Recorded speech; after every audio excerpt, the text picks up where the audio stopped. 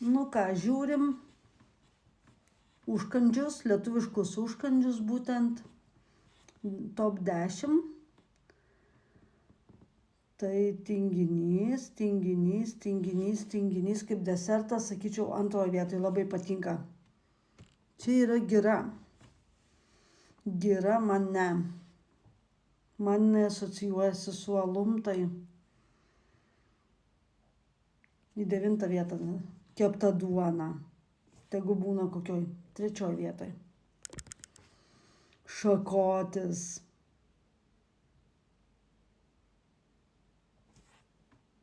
Tegu būna 1 vietoj. Oi, saulėgrąžos 10 vietoj kaip užkandis, nepatinka. Kebabai, liuks, fainai. Tikrai super. Bet galėjau imti kokioj 3 vietoj. Magija sūreliai, viskas fainai. Į 5 vietą. Miau, mano mėgstamiausias yra vanilinis, bananinis ir braškinis. Gaila, nėra vietos aukščiau. Kūčiukai čionais.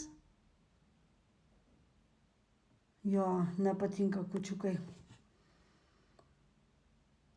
Ir lieka tada mišrainė. Štai toksai mano top 10 užkandžių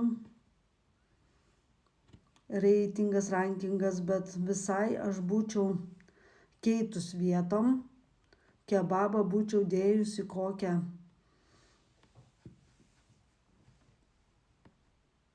3 vietą. Keptą duoną būčiau biškį žemiau numetus. Keptą duoną būčiau numetus į kokią 6 vietą. 3 vietoj, 3-4 vietoj būtų man sūreliai su pieno gėrimais. Visai sakyčiau, toksai